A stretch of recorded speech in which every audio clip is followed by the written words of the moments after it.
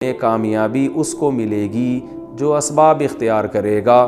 تبھی تو آج گوروں دنیا کے لحاظ سے غیر مسلم زیادہ کامیاب ہیں, کیونکہ دنیا کے لحاظ سے بہرحال انہوں نے کامیابی کے اسباب ہم سے زیادہ اختیار کی ہیں, اس لیے اللہ نے ان کو نواز دیا دنیا میں. تو یاد رکھیں اسی طرح آخرت کی کامیابی ان لوگوں کو ملے گی جو آخرت میں کامیابی کے وہ طریقے اختیار کریں گے جو اللہ اس کے رسول نے بیان کیے, جن کو آخرت کے اسباب کہا جاتا ہے. اور وہ آخرت کے اسباب کیا ہیں جو میں نے آیت پڑھی, وَذَرُوا ظَاهِرَ الْإِثْمِ وَبَاطِنَهُ, یہ پوری تمہید اس آیت کو سمجھانے کے لیے میں نے پڑھی ہے. یہ جو پوری تمہید میں نے اتنا لمبا بیان کیا نا, یہ صرف اس آیت کو سمجھانے کے لیے کہ اللہ نے بتایا ہے کہ جہنم کی آگ سے وہ بچے گا اور جنت میں وہ جائے گا جو فرائض و واجبات پورے کرے اور کبیرہ گناہوں سے بچے. وہ یہ اصول اور ضابطہ ہے. کبھی کبھار اللہ ان اصولوں کے خلاف کسی کو ویسے ہی بخش دیتے ہیں یا چھوٹی سی نیکی کام آ جاتی ہے. جیسے حدیث میں آتا ہے کہ ایک شخص نے پیاسے کتے کو پانی پلایا, اللہ کو اس پہ ترس آیا, اللہ نے بخش دیا. یہ قانون نہیں ہے, یہ ضابطہ نہیں ہے, یہ ایک اللہ کی قدرت ہے. جو جیسے حضرت مریم کو بغیر شوہر کے اولاد مل گئی, ابراہیم علیہ السلام آگ میں جل کے بھی بچ گئے, تو یہ ایسا ایک واقعہ ہے. ہم اس قسم کی حدیثوں سے استدلال کر کے گناہ پہ جری ہوتے ہیں کہ یار وہ ایک آدمی نے کتے کو پانی پلایا تھا, اس کے اللہ نے سارے گناہ بخش دیے, تو میں تو صبح پوری سبیل کھول کے بیٹھا ہوا ہوں, میں تو صبح شام کتے کے مالک کو بھی پانی پلا رہا ہوتا ہوں. اب جو بہنوں کی وراثت کم بخت کھا کے بیٹھا ہوا ہے اس کو نہیں دیکھتا کہ اصول یہ ہے کہ اللہ نے فرمایا کہ جو کسی کا مال کھاتا ہے, قانون قرآن میں الگ بیان کیا ہے, اللہ کی قدرت اور رحمت کے واقعات الگ سے بیان کیے ہیں, قانون کو فالو کرنا ہے ہم نے. جو الگ سے قدرت کے واقعات اور معجزے ہیں اور جو کرامتیں ہیں وہ اصول نہیں ہیں, وہ کرائٹیریا نہیں ہے, وہ معیار نہیں ہے. اصول اور ضابطے جو ہے وہ قرآن کی وہ آیات ہیں جن میں اللہ نے اصول اور ضابطے بیان کیے ہیں. زندگی ان اصولوں کو سامنے رکھ کے گزارنی ہے. زندگی معجزوں کو, کرامتوں کو اور اللہ کی رحمت کے جو استثنائی واقعات ہیں ان کو سامنے رکھ کے نہیں گزارنی ہے. کاش یہ بات کسی طرح سے کھوپڑی میں بیٹھ جائے ہم سب کی. جس کو دیکھو وہ سمجھتا ہے رمضان میں بخشا جاؤں گا, میں بالکل رمضان میں نیٹ کلین ہو جاؤں گا, چاہے اس کا عید کے دن فلم دیکھنے کا پروگرام ہو, چاہے وہ انٹرنیٹ پر بےہودہ چیزیں دیکھ رہا ہو, لیکن وہ کتوں کو پانی پلا کے خوش ہو رہا ہوگا. ساری رات بیٹھ کے انٹرنیٹ پہ بےہودہ فلمیں دیکھے گا, صبح 2 کتوں کو روٹی ڈال دے گا اور حدیث سنائے گا کہ جی وہ ایک کتے کو بخش دیا تھا تو میں تو 6 کتوں کو پانی پلا چکا ہوں اب تک. تو بھائی یہ اصول تھوڑی ہے, تو ایک واقعہ ہے اللہ کی رحمت کا. قانون قرآن میں دیکھو بار بار, یہ جو میں نے آیت پڑھی اس میں اللہ نے یہ قانون بیان کیا ہے. ان الذین یکسبون الاثم, اللہ فرماتے ہیں یقیناً, قاعدہ یہی یقیناً انہ کے ساتھ بیان کیا جا رہا ہے, جو لوگ گناہ کما رہے ہیں, سیجزون, بہت بڑی دھمکی, ان قریب ان کو بدلہ دیا جانے والا ہے. اس خوش فہمی میں نہ رکھنا, نہ رہنا کہ 2 کتوں کو پانی پلا دیا تو جیسے اس کو بخش دیا تھا تمہیں بھی بخش دوں گا. میں قانون نہیں ہے میرا, وہ قدرت ہے, وہ قدرت ہے, تاکہ تم یقینی طور پر جہنم کے فتوے لوگوں پہ نہ لگاؤ. ایسا بھی ہو جاتا ہے, اللہ ایسے بھی بخش دیتا ہے, بعض دفعہ ہوتا ہے بھائی, اصول نہیں ہے یہ. صحیح مسلم کی حدیث ہے, آپ صلی اللہ علیہ وسلم نے فرمایا اس امت میں بہت سے نمازی, بہت سے روزے دار بھی جہنم میں جائیں گے. تو صرف نماز پڑھ لینا بھی کافی نہیں ہے, صرف روزے رکھ لینا بھی کافی نہیں ہے. حدیث میں بڑی وعیدیں ہیں وراثت کھانے پر, یتیموں کا مال کھانے پر. کھا رہے ہیں, جھوٹ بول رہے ہیں, جھوٹ کتنا بڑا جرم ہے. آپ صلی اللہ علیہ وسلم سے کسی صحابی نے پوچھا یا رسول اللہ مسلمان سے فلاں گناہ ہو سکتا ہے؟ فرمایا نہیں. فرمایا ہاں ہو سکتا ہے. یا رسول اللہ فلاں گناہ ہو سکتا ہے؟ فرمایا ہو سکتا ہے, کبھی شیطان غالب آ جاتا ہے. یا رسول اللہ مسلمان جھوٹ بول سکتا ہے؟ آپ نے فرمایا نہیں, جھوٹ نہیں بول سکتا. صبح و شام جھوٹ چل رہا ہے, باپ سے الگ جھوٹ, بیوی سے الگ جھوٹ, دفتر میں باس سے الگ جھوٹ, کسٹمر سے الگ جھوٹ.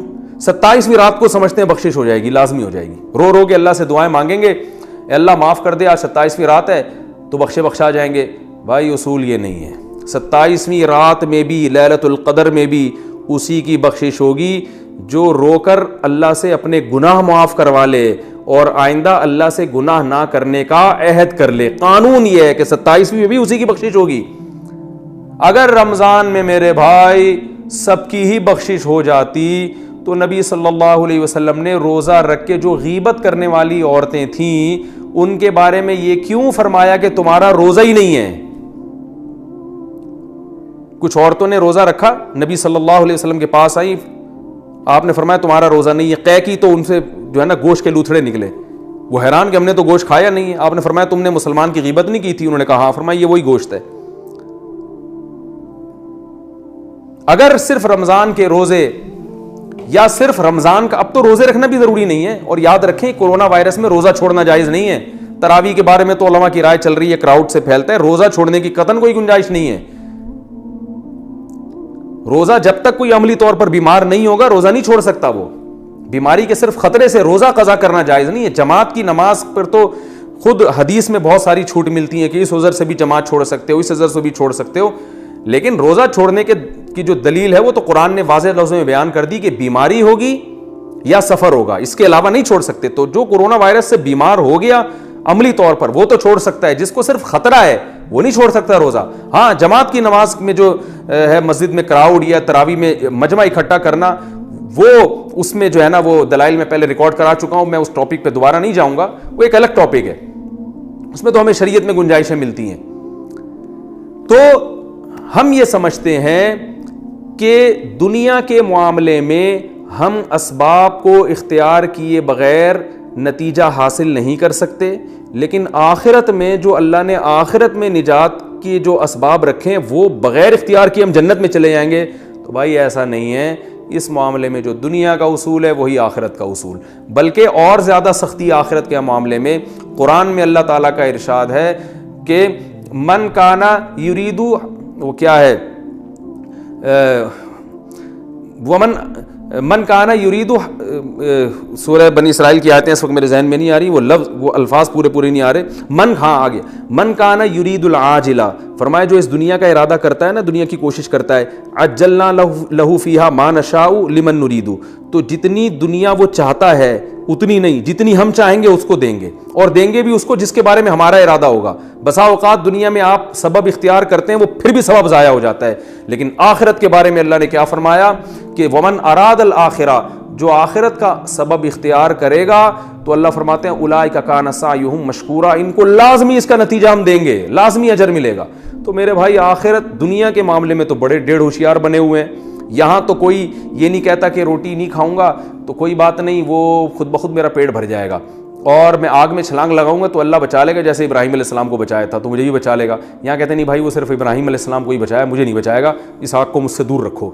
لیکن آخرت کے معاملے میں جہاں بات آتی ہے تو وہاں ہم کہتے ہیں یار میں نہ بہنوں کی وراثت ادا کروں گا, نہ میں داڑھی رکھوں گا, نہ میں فرض نماز کی پابندی کروں گا, نہ میں والدین کے ساتھ حسن سلوک کروں گا, نہ میں بیوی بچوں کے حقوق ادا کروں گا, میں کتا خرید کے اس کو پانی پلاؤں گا روزانہ. تو فلاں صحابی کے بارے میں, فلاں شخص کے بارے میں حدیث میں آتا ہے اس نے کتے کو پانی پلایا تھا, جنت میں گیا تھا, تو میں 6 کتوں کو پانی پلاؤں گا, میں تو 6 دفعہ جنت میں جاؤں گا. تو بھائی جیسے آپ دنیا کے معاملے میں ایک ابراہیم علیہ السلام کے واقعے سے استدلال کر کے آگ کے قریب کبھی بھی نہیں جاتے, تو ایسے یاد رکھو حدیث میں جو اس طرح کے کچھ واقعات آتے ہیں فلاں کے ساتھ اللہ کی رحمت کا یہ معاملہ ہوا, تو ان واقعات سے استدلال کر کے آپ اپنے اوپر اس کو بھی فٹ نہیں کر سکتے, کیونکہ دنیا میں جو اصول اور ضابطے اللہ نے کامیابی کے رکھے ہیں, دنیا میں کامیابی کے لیے انہی اصول کو فالو کرنا پڑے گا. بالکل یاد رکھیں. اسی طرح آخرت میں کامیابی کے لیے بھی آخرت میں کامیابی کے جو اصول اللہ نے لکھے ہیں بتائے ہیں ان کو فالو کرنا پڑے گا. یہ وظیفوں سے مسئلہ حل نہیں ہوگا.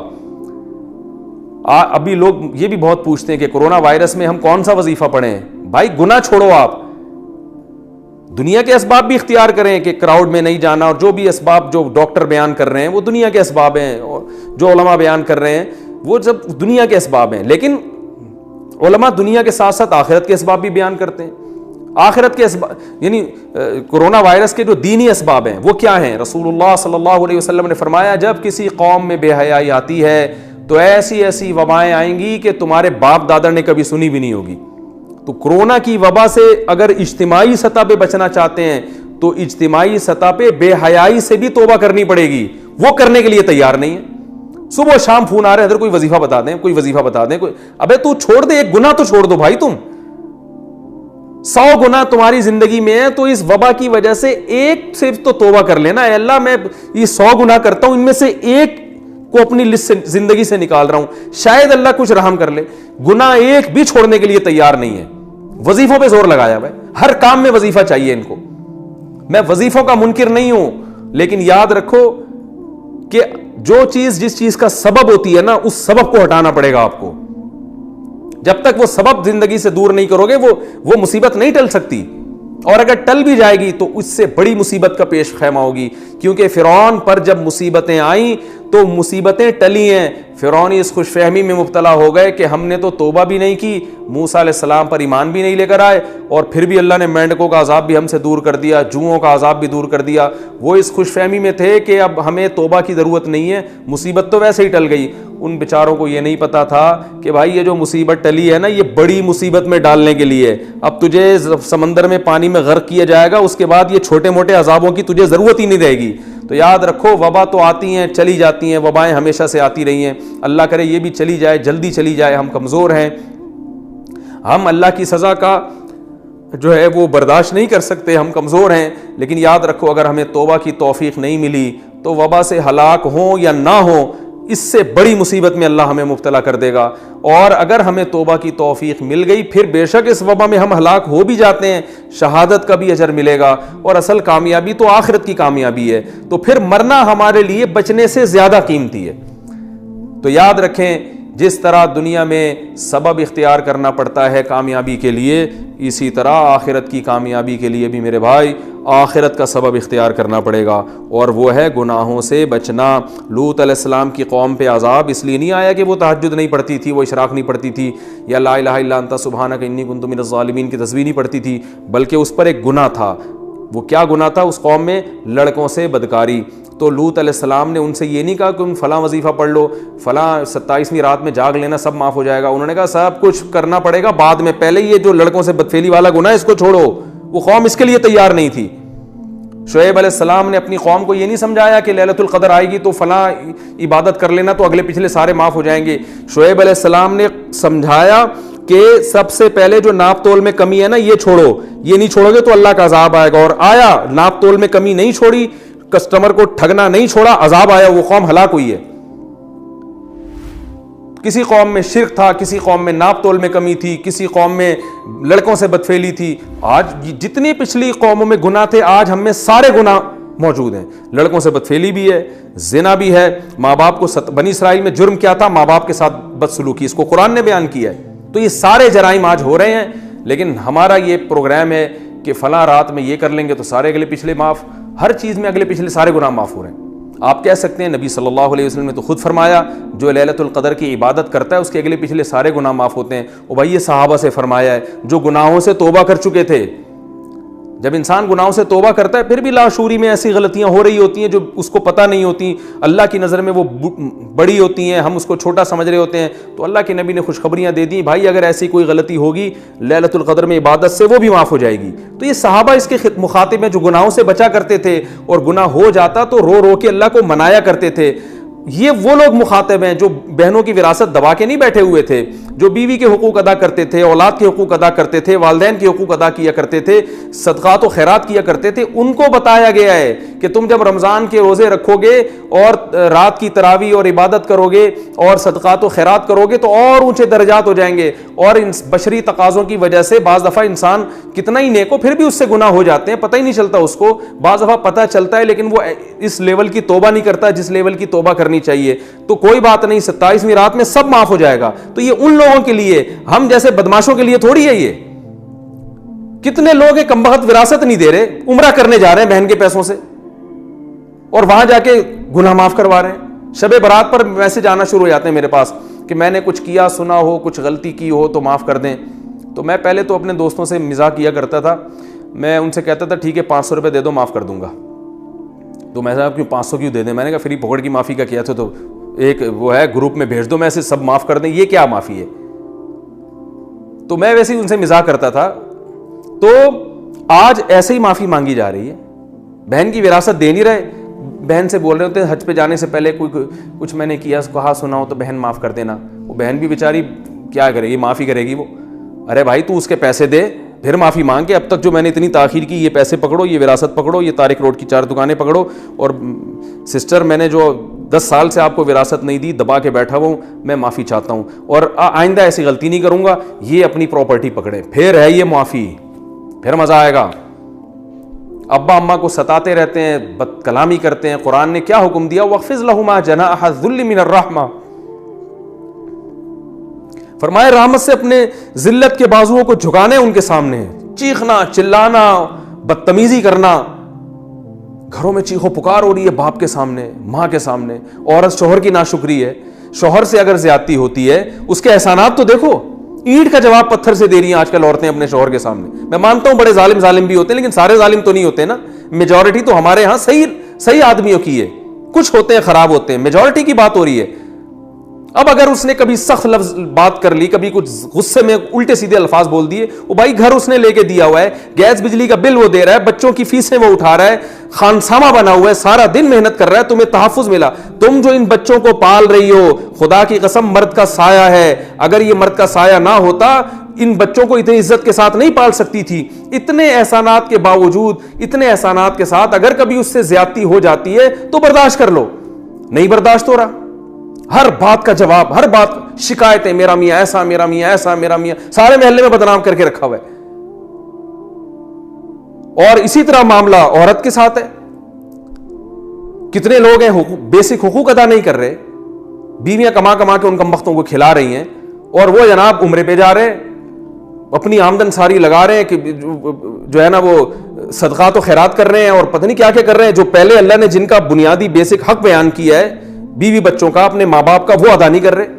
ایسی شکایتیں آتی ہیں کہ جی انہوں نے اپنے آپ کو دین کی خدمت کے لیے وقف کر دیا, بچوں کا پتہ ہی نہیں کہاں کون بچہ کہاں بیٹھا ہے, وہ فلم دیکھ رہا ہے سین میں گھر میں بیٹھ کے, یا وہ جناب باہر چرسیوں ہیروئنچیوں کے ساتھ بیٹھ رہا ہے. مائیں بیچاری بچوں کی فکر کر رہی ہیں اور وہ تربیت کی فکر کر رہی ہیں, کہہ رہی ہیں ہمارے میاں 24 گھنٹے تبلیغ میں ہوتے ہیں, 24 گھنٹے ساری دنیا کو ہر وقت بیٹھے کے پکڑ کے نہ کچھ نصیحت کر رہے ہوتے ہیں.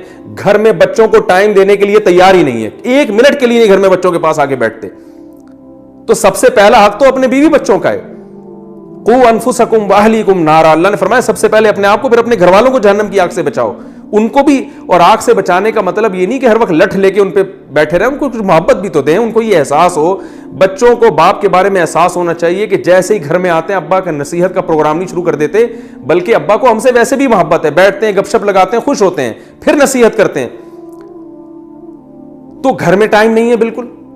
ہر چیز میں اعتدال ضروری ہے. نہ عبادت میں اتنا غلوف کہ بیوی بچوں کے لیے ٹائم نہیں نکل رہا, اور نہ اتنا زیادہ بیوی بچوں میں مشغول ہو گئے گھر میں کہ وہ اللہ کو بالکل ہی, تبلیغ کو بالکل ہی بھول گئے.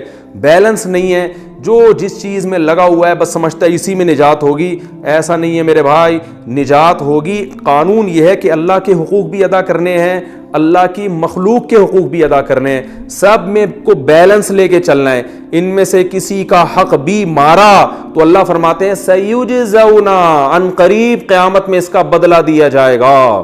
اللہ کا حق ضائع کیا نماز چھوڑ کے, اس پہ سزا ملے گی. حج فرض ہوا نہیں ادا کیا, اس پہ سزا ملے گی. نبی صلی اللہ علیہ وسلم نے فرمایا جس پہ حج فرض ہوا اور اس نے ادا نہیں کیا, ایک روایت میں آتا ہے کہ وہ یہودی ہو کے مرے, عیسائی ہو کے مرے, اس کی مجھے کوئی پرواہ نہیں ہے, ایک روایت میں آتا ہے. اور اللہ نے کیسی زبردست دھمکی دی کہ جو استطاعت کے باوجود اللہ کے گھر کی زیارت نہیں کرتا, فإن اللہ غنی عن العالمین, اللہ کو ان کی کوئی پرواہ نہیں ہے, اللہ غنی ہے. کتنی بڑی دھمکی ہے یہ. نماز چھوڑ دینا اللہ کا حق ہے. بعض لوگ کیا کر رہے ہیں, حقوق العباد میں بہت آگے ہیں, وہ ایک ٹائم کی نماز نہیں پڑھتے. جب ان سے کہا جائے آپ کیسی حرکت کر رہے ہیں, کہہ رہے ہیں بھائی میں دیکھو یہ ٹرسٹ بھی میں نے بنایا, یہ عیدی سینٹر میں اتنے پیسے دیتا ہوں, فلاں مدرسہ میرا ہے. او بھائی جس اللہ نے صدقات و خیرات کا حکم دیا اس نے سب سے زیادہ حکم نماز کا دیا ہے. سب سے پہلے سوال نماز کے بارے میں ہوگا, یہ ٹرسٹوں کے بارے میں اور بیوہ کی خدمت کے بارے میں بعد میں سوال ہوگا. تو کوئی ادھر کو لڑکا ہوا ہے تو ادھر نہیں ہے, ادھر کو لڑکا ہوا ہے تو ادھر سے بھولا ہوا ہے. وجہ کیا ہے کہ ہمارا یہ کانسیپٹ ہی کلیئر نہیں ہے. ہم نے سمجھ رکھا ہے سب نے کہ جنت دپل میں ملے گی. ایک دن میں نے کسی کے سے کہا کہ یار تم یہ برائی کر رہے ہو, یہ تو بہت بڑا جرم ہے, اس کو چھوڑ دو. تو اس نے کہا ابے اللہ کو بخشنا ہوگا تو اللہ ویسے ہی بخش دے گا, نہیں بخشنا ہوگا تو ویسے ہی اٹھا کے جہنم میں پھینک دے گا. میں نے کہا یہ تو بڑی, آپ نے دنیا میں کوئی ایسا دنیا میں قانون نہیں ہوتا کہ حکومت کہیں اعلان کرے ابے جو مرضی کرتے رہو, ہم نے سزا دینی ہوگی دیں گے, نہیں دینی ہوگی تو 6 قتل بھی کر لو معاف کر دیں گے ہم. یہ تو دنیا میں ایسا نہیں ہوتا, تو اللہ ایسا قانون کیوں بیان کرے گا. تو انہوں نے کہا وہ حدیث میں آتا ہے نا. میں نے کہا وہ اگر حدیث میں آتا ہے تو یہ جو میں بیان کر رہا ہوں یہ اس سے 6, وہ اگر ایک حدیث میں آتا ہے جو میں بیان کر رہا ہوں وہ 99 حدیثوں میں آتی ہے وہ بات, تو 99 کو چھوڑ رہے ہو, ایک کو لے رہے ہو. تو یہ آج کل ہمارے ہاں مارکیٹ میں یہ چیز چل رہی ہے. جس سے ہمیں بچنے کی ضرورت ہے۔ تو اللہ نے جو اصول بیان کر دیا وَذَرُوا ظَاهِرَ الْإِثْمِ وَبَاطِنَهُ، سارے گناہوں کو چھوڑنا پڑے گا۔ تو ابھی رمضان آنے والا ہے، اس سے پہلے اپنی ایک لسٹ تیار کریں، یار والدین کے معاملے میں میرا سلوک، بیوی بچوں کے معاملے میں میرے حرکتیں، اور تنہائی میں میں کیا کرتا ہوں، بری فلمیں تو نہیں دیکھتا، اور بد نظری تو نہیں کرتا، نماز میں سستی تو نہیں کرتا، اور جو ہے جتنے بھی گناہ ہیں، کہیں میں نے مالی لین دین میں گڑبڑ تو نہیں ہے، کسی کے پیسے میرے ذمے ہوں جو نہ دیے ہوں، یا اگر میں مر جاتا ہوں تو کسی کو کیا پتہ میں نے کس کے پیسے لیے، میں کوئی وصیت نامہ میں نے لکھا ہوا ہے۔ یہ ساری چیزوں کی لسٹ تیار کریں اور پھر آہستہ آہستہ گناہوں سے بچنے کی کوشش کریں۔ ٹھیک ہے، ایک دم نہیں چھوڑے جاتے ہیں، تو پھر یہاں خوشخبریاں ہیں کہ جو چھوڑنا چاہے گا اس کو اللہ نے خوشخبریاں سنائی ہیں کہ جو میری طرف ایک بالش آئے گا میں اس کی طرف ایک ہاتھ آؤں گا، جو چل کے آئے گا میں اس کی طرف دوڑ کر آؤں گا، لیکن آنا پڑے گا۔ آنے کی ڈیفینیشن کیا ہے؟ وظیفے پڑھنا آنے کی ڈیفینیشن نہیں ہے۔ اللہ کی طرف آنے کی ڈیفینیشن یہ کہ آپ گناہ چھوڑنا شروع کر دیں، اس کا مطلب اللہ کی طرف چلنا شروع ہو گئے۔ پھر اللہ نے کہا تھوڑا سا تم ادھر سے چلو، میں ادھر سے دوڑوں گا، تو تم تھوڑا کرو گے میں تمہیں زیادہ عطا کروں گا۔ یہ اللہ کی رحمت ہے، لیکن ہم تھوڑا کرنے کے لیے بھی تیار نہیں ہیں، ہمارا کانسیپٹ ہی کلیئر نہیں ہے۔ اللہ سے دعا ہے کہ اس رمضان کے آنے سے پہلے اللہ ہر قسم کے صغیرہ اور کبیرہ گناہ سے ہمیں بچنے کی توفیق عطا فرمائے، اور اللہ تعالی ہمارے عقیدوں کی، ہمارے نظریات کی بھی حفاظت فرمائے۔ سبحانک اللہم و بحمدک، نشہد ان لا الہ الا انت، نستغفرک و نتوب الیک، وما علینا الا